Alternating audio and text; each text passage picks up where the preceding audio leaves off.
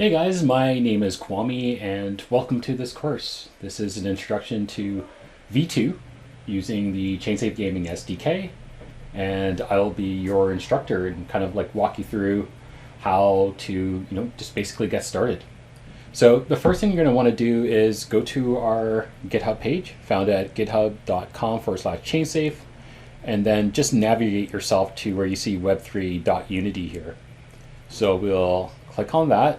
You'll see here that we're at the current release of 2.0.2. So we'll click on the releases and just select the Web3.unity package.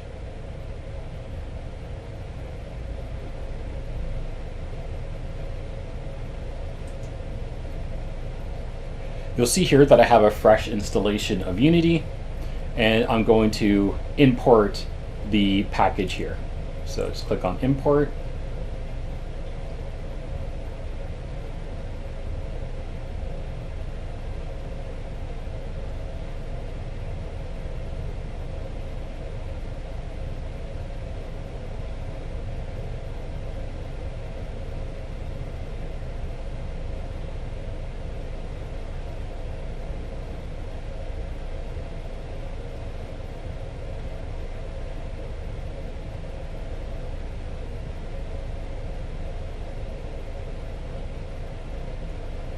Okay, so now that we have the package installed, you'll see that we have our ChainSafe server settings here. And so we're going to need to supply a project ID, a chain ID, the actual chain, the network, and the RPC provider. So to get the project ID, we're going to go to dashboard.gaming.chainsafe.io. And once we're there, we'll just put in our email address and click on login, and that is going to give us a verification code. So just log into your email, and I'm going to do the same.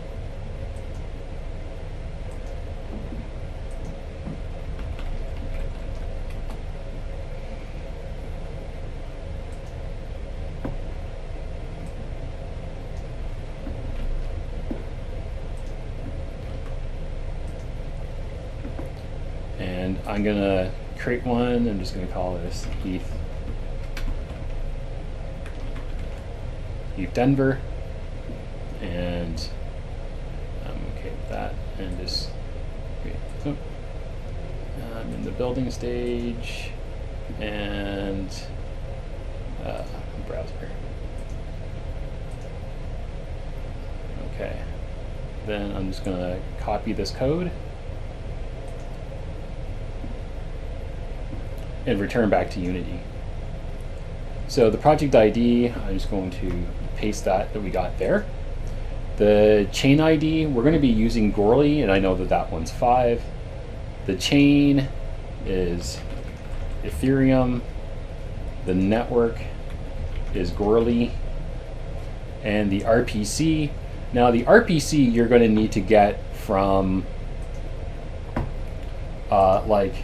some kind of node provider. This could be Infura. You can use ChainStack. There's many that you can use, but you're going to need to have one. And if you're using a different chain that has a public RPC that you've connected through MetaMask, you can just basically use that. And I'm going to put in my RPC provider, but yours is going to be different. So I'm going to save these settings, and we can go into the console, and you'll see here that all of our settings have been set, and now we're actually good to go to start using the SDK. Okay, so in the last video we just basically got the SDK started. So now we're going to actually create an RPC provider. So we have our blank scene here. We'll just right click, create an empty object. We'll call this RPC. And now we need to, create a little script. So we'll just create a new script. I'm going to call this RPC connection. And we'll just open this up and bring this over. Okay, perfect. So the first thing that we're going to need to do here is going to create a provider. So we call var provider equals new JSONRPC provider. Oops, didn't want to do that.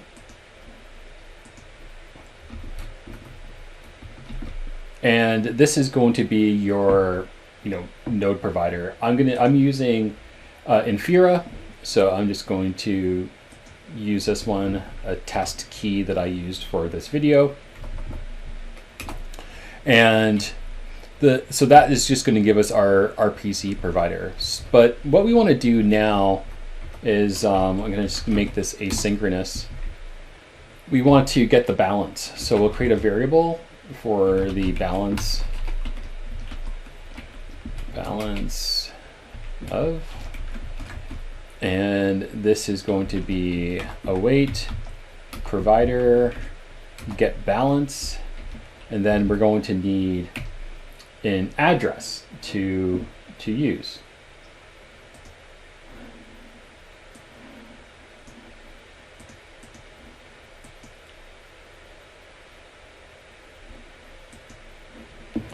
So I'm just going to provide this with an address. And now we can go debug.log and account balance. And we can just say balance of and value. Okay, so we have that. Save that script. And then we get back into Unity. I'm going to select our game object and just attach the script to it. And now that I have that, save the scene, and we'll click on play.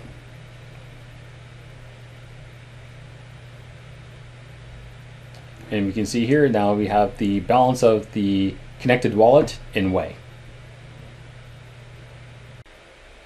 Okay, so in this video we're going to look at how we can retrieve block information.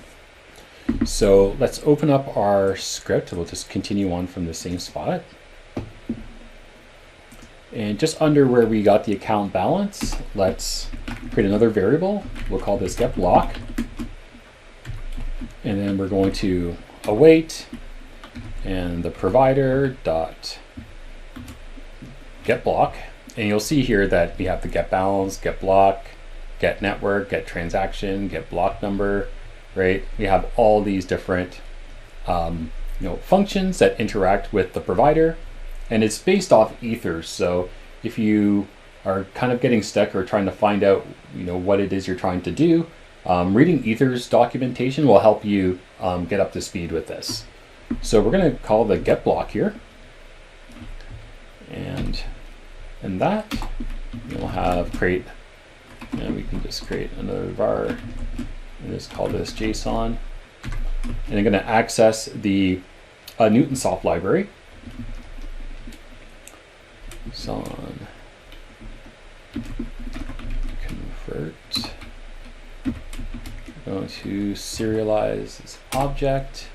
It's going to be get block. And we'll say the formatting is indented. And then we can just debug.log, and this is block info, and then we'll just pass in this JSON. Okay, we will save this, return back into Unity.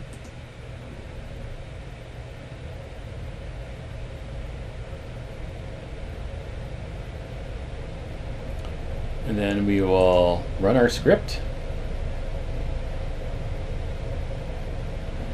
And we'll check out in the console here. We can see we have this block info, so that's a good sign. We'll select that, and I'll just bring this up, and you can see here that we have, you know, all the block information, the hash, you know, just everything that you would need to know about, you know, the block information on chain. So I will see you guys in the next video, and we will look at transactions.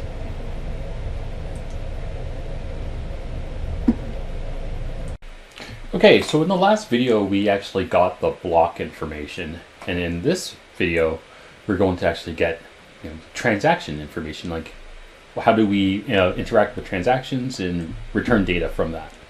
So I'm going to go back into our project here, and we'll just open up this RPC connection script, and we'll just start adding to this. So we will create another variable, and we'll just say that this is the transaction,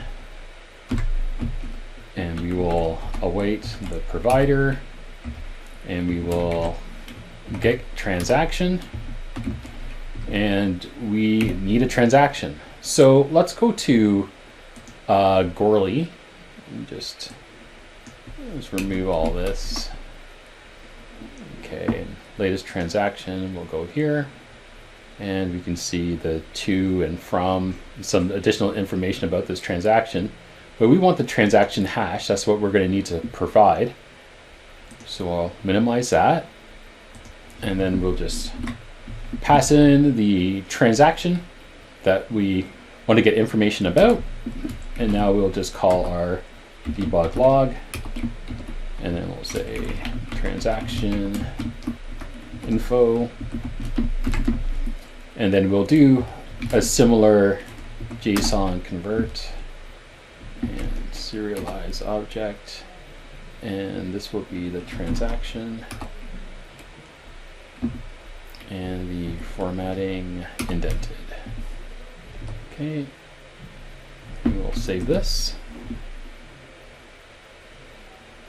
return to Unity, let the file compile itself. Okay, and let's run it.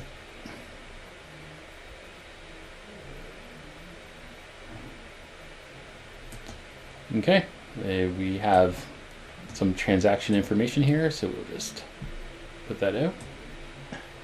And you can see the same information here. This is the transaction. You can see the from and to, and this is, you know, the same as the from and to from the example on Etherscan. These are both matching up. And yeah, so that's how you can, you know, play with transactions. There's a lot of other methods that you can use with manipulating transactions, getting the transaction receipt to determine if the transaction has, you know, passed or failed. Yeah, so just a good precursor on transactions, getting transaction data, and I'll see you guys in the next video. In this video, we're going to go over how to interact with the smart contract. So to get started, we're going to need a smart contract, and I'm using the OpenZeppelin wizard, and we are going to create a token of the ERC 721 standard. So you can change the name to whatever you want. I'm just going to leave this as it is, and I'm going to make it mintable, and I'm going to allow it to auto increment. So I'm just going to basically copy this smart contract, and then I'm going to go over to Remix here and have a lot of samples, but I'm going to create a new file, call my test nft.sol, and then I'm just going to paste this token information in here. Okay, so I'll just call it my test NFT.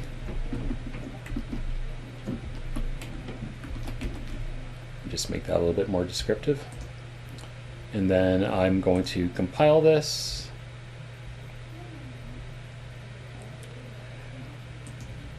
And then I'm just going to deploy it on the virtual machine here.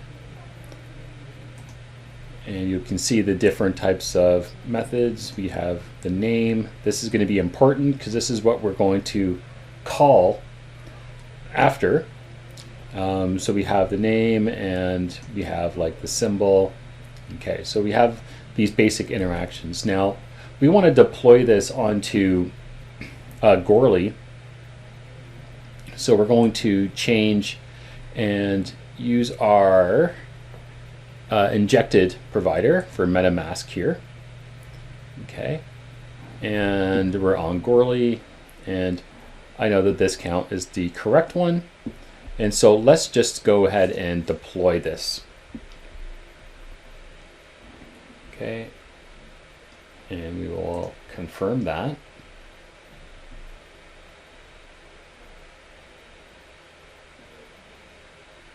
Okay, and that has successfully gone through. And then if we go back here, we see the name and then the symbol, and then everything else looks good, right? Okay, so how do we interact with the smart contract in version 2 of the ChainSafe Gaming SDK? So let's go back here and we're going to copy this ABI. And then we're going to go to the JSON formatter and validator. Let's take this and we're going to paste in our smart contract here. And you'll see that the JSON template is compact, so we will process that. And now we have, our formatted JSON. So I'm going to copy this to clipboard. And I'm going to just get an environment that I can use here. So I'm just going to use Notepad. I'm going to paste in the formatted JSON information. And then I'm going to use the find and replace. And for every quote, we want to have a backslash and a quote. And then I'm going to replace all. And then I'm going to copy the ABI for the smart contract. And now I'm going to return back into our example here. Okay, so now that we have our contract address, or the JSON, the ABI of the contract that we deployed formatted correctly, now we want to be able to interact with it. So how is that done inside of the SDK? And we will do that right now. So we have the contract address, and what we need to do is create a variable for the actual contract ABI, and we will just pass this in. So we have our contract ABI here. Okay, and so we're good with that. And the next thing that we're going to do is we need to create the contract object. So we'll say var contract is equal to a new contract. And this takes in an ABI. So we have the ABI, we have, contract ABI, we have the contract address, and then we have the provider. So we have everything that was needed to interact with this contract. And now we want to get the name. So next thing we're going to do is that we'll just say var call data is equal to contract dot call, and we're going to access the name method, and we need to await that. Okay, so now that we have that, we can debug.log, and we'll say name of token And then we'll have call data 0 to string. Now it already puts it to string, but I just like to do that. Put the to string in there. And we can return back into Unity. And now we will click on play.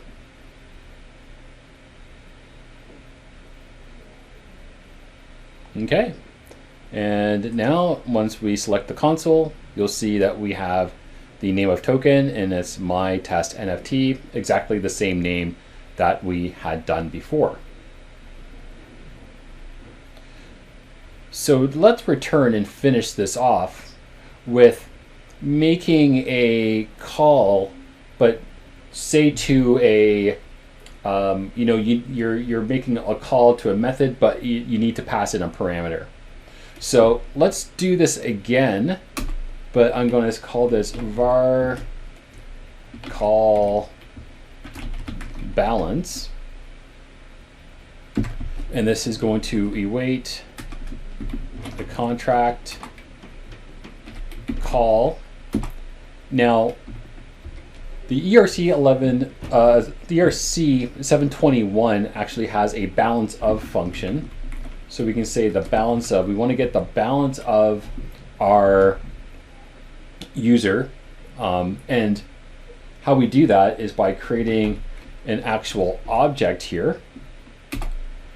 And this object will take in a parameter itself. So the balance of needs an address. So we have an address here. So I'm just going to copy this and just paste it in there and then close that off. And now we can go and debug.log and say balance of user, and this should give us 0. So we're going to say plus, and then this is call balance, and set the sub index of 0. And I do toString for brevity, but it already is going to come out back as a string. Okay, so now that we have that, let's save this script, return back to Unity. We should have 0.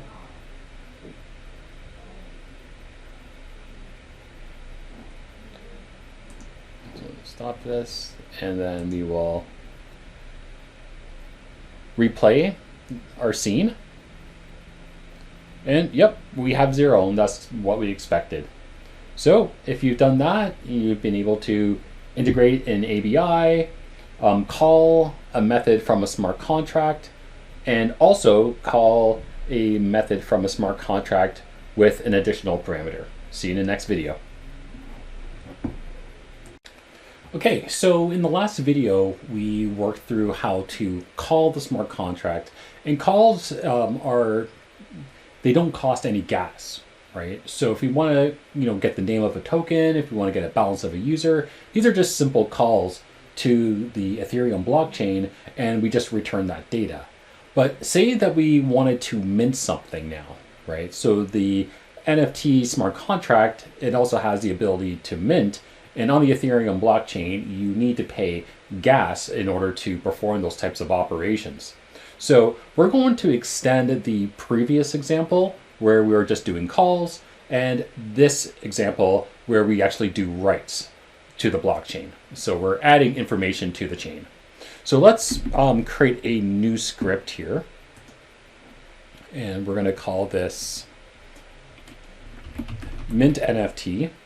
Now we're going to be able to use, a lot of the same data from our previous example. So I'm just going to split and move right here because there is going to be things that I am going to need.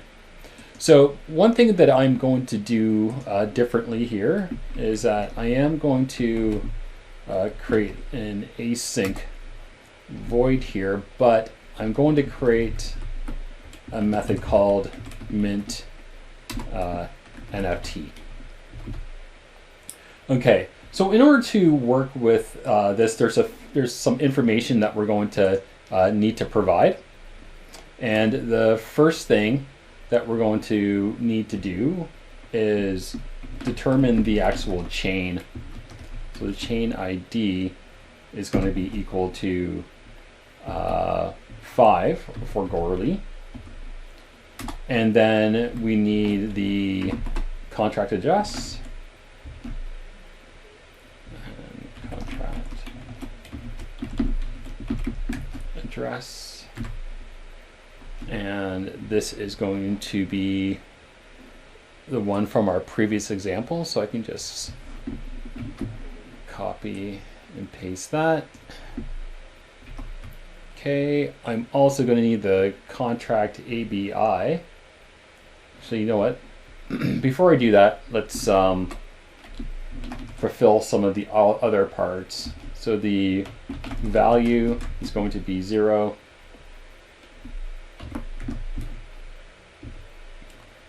And then I can add in the contract ABI. So I'm just going to copy that from the last example here and paste that in, clean this up.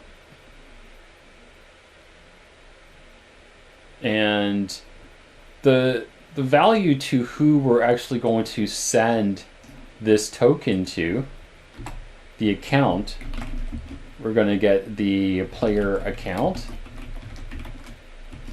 And this is going to be accessed through player prefs dot get string, and then we're going to say account. So inside of when you log in as a user, we capture the public address we stored into player prefs, and then we just reference that anytime we need to get access to the player's public address. Also, we need a gas limit. So I'll say var gas limit. And because of EIP 1559, MetaMask will actually determine the best gas price for us. So we'll just leave these blank and let MetaMask do that for us, or EIP 1559. And then we'll say gas price. And we will do the same there.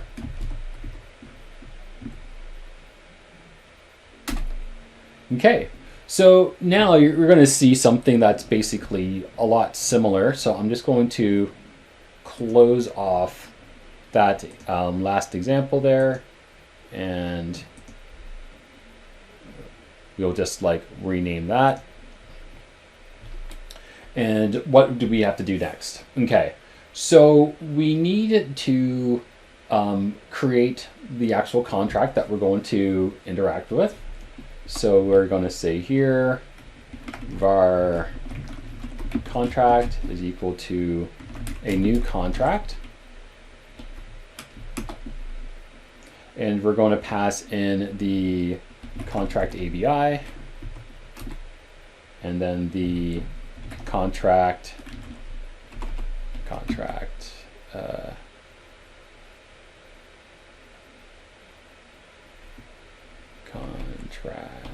oops, and then the contract address and our provider. So let's open up that script we had from before, and I'll just save myself some time here and just borrow the provider from our previous example, and we'll just find a spot for it. We will import the using directive for it and then pass in our provider. Okay, great. So now we have our contract, and now we can access the call data. So we use call for just reading from the blockchain, and then we use call data for when we're writing things to the blockchain. So let's create a variable. We're going to call it call data. And then we'll have access contract.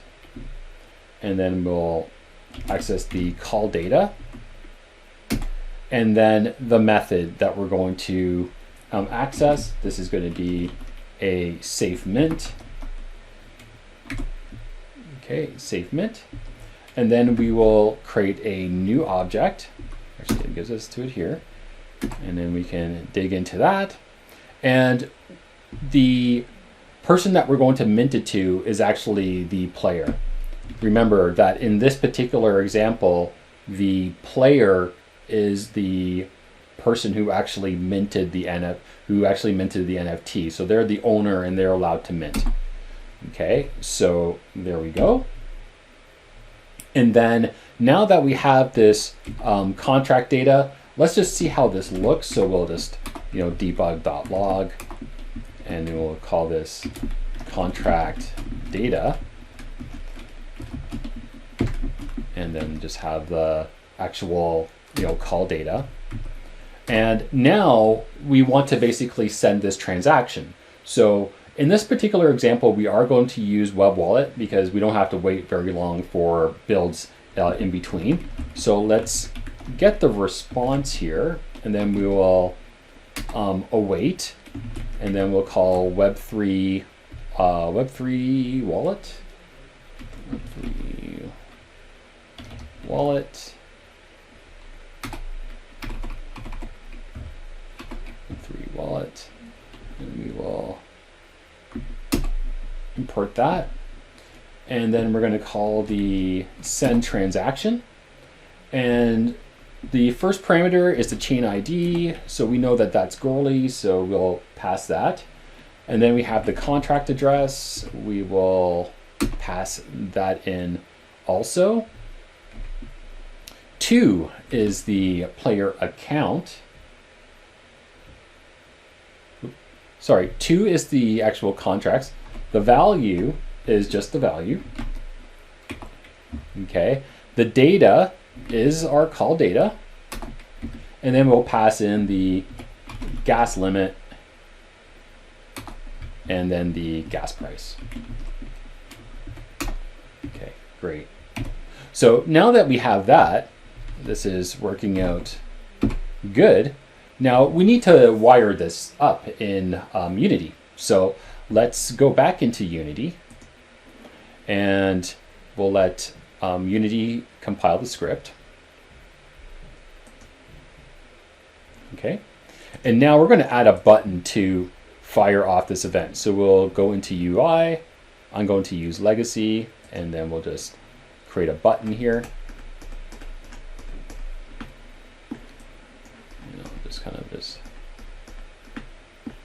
And then we'll kind of just bring it into view. This is probably somewhere around there. Okay, great. So now we have our button. And what we want to do here is add our mint NFT script to our button. And then we want to add an on-click event handler. So we'll add that. We will drag the button that we have just created inside here. And then we will select, we'll call the mint NFT. And then we will, we don't see our method, and this is probably because we didn't make it public. Okay, so let's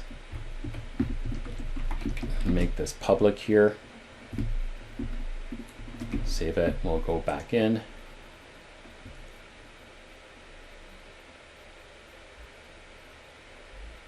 Okay, great. So now let's go back, let's try to find it. We see our mint NFT function here, and this is great. So now we have everything wired up. Now let's basically create a Web3 wallet project so we can get the player's account and mint out this NFT.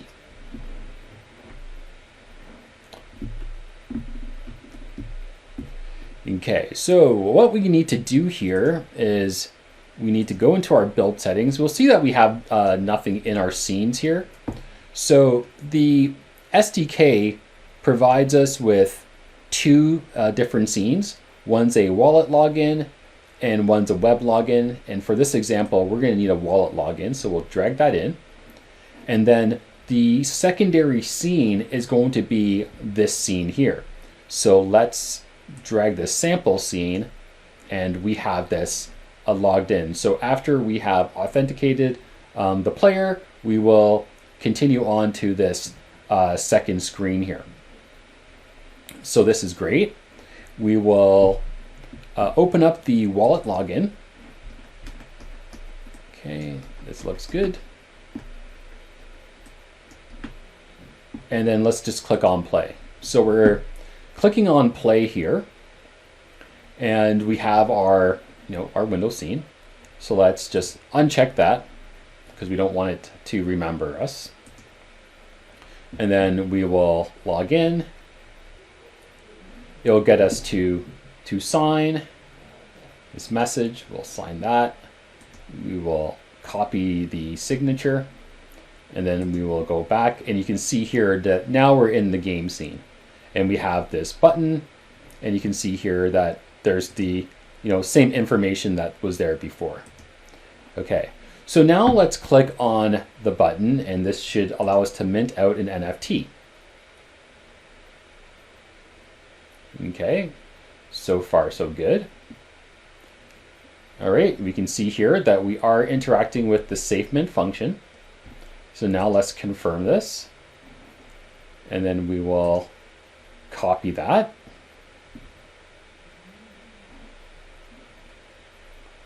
And then let's see if we can go to Goerli Etherscan here while that's going. And then we will paste in the transaction hash of the minted NFT. Okay, and you can see here that it's actually processing through. And we'll kind of let it continue processing here. Yeah, and there we go. My test NFT, and we have successfully interacted with the smart contract. We have been able to make calls to the smart contract, and in this particular example, we wrote data and minted an NFT. I'll see you guys in the next video. Okay, so in the last video, we created our button, and then we tested the minting functionality through Web Wallet. But what if you want to do the exact same thing, but for WebGL? Okay, so that's what we're going to do now. So the first thing that we're going to need to do is, let's go back into our scripts here, and a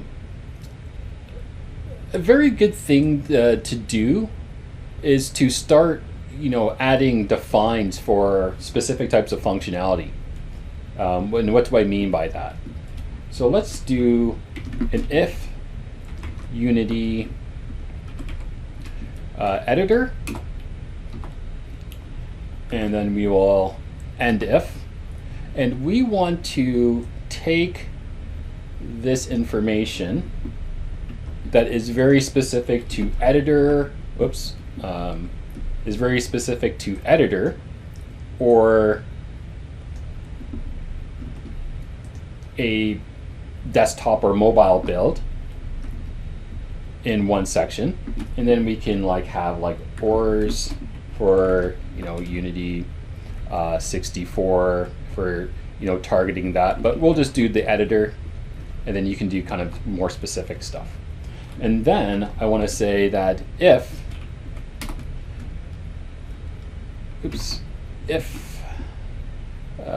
Unity WebGL, then we want to do something similar to that, right? So in order to get this to do what we want, let's go back into Unity here, and we are going to switch the platform to WebGL. So we'll click on File, build settings, we're going to select WebGL, and we're going to switch our platform. So let's switch the platform.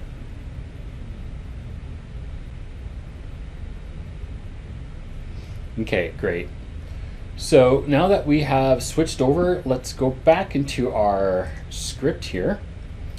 And now we have the WebGL component to this. And you can also kind of clean this up. Oops. There we go. And then we have this section here. Okay. So let's create a variable. We have, this will be response web, and we will await. We will call WebGL,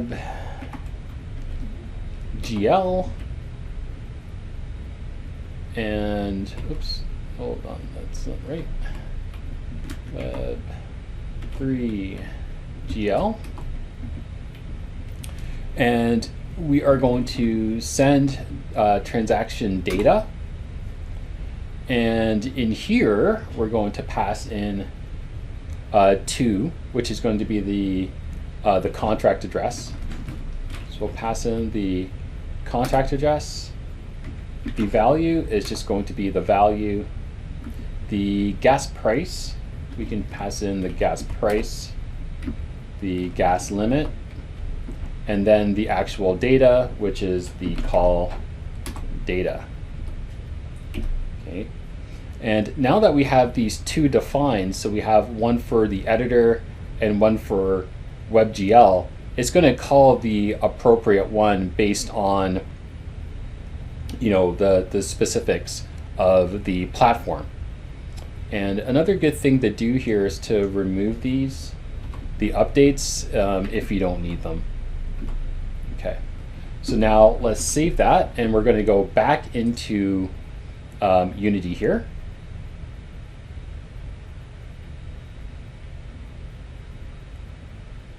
Okay, and we have some color space warnings, and we need to set this up anyway, so let's click on player settings, and we're going to set up our build.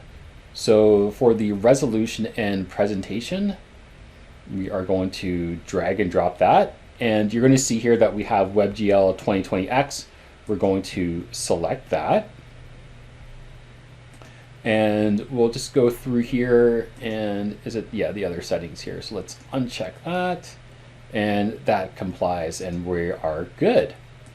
Okay, so now that we have that, we noticed that when we were doing the web wallet, we have the wallet login.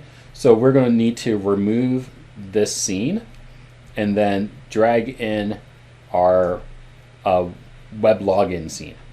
Okay, so now that we have that, we can hit build and run. We will create a folder for our build, and I'll just call this web.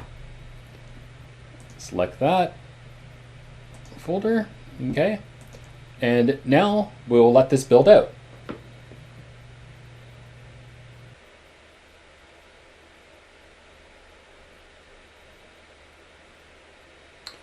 Okay, so now that we have our project loaded up, we will click on login here.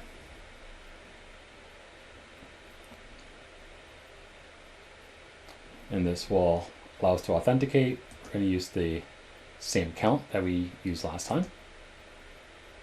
Okay, and now we have our button. We will select the button. Okay, save mint. We will mint out our NFT.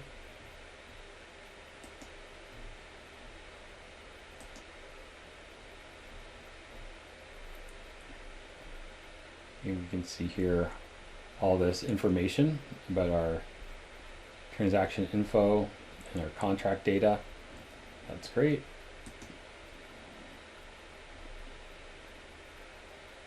And I heard that approve. And there we go. So we've been able to go through the whole, everything you basically need to know to get started with V2 and the ChainSafe Gaming SDK. If you have any additional questions, of course, ask us in Discord, and I'll talk to you soon. Bye for now.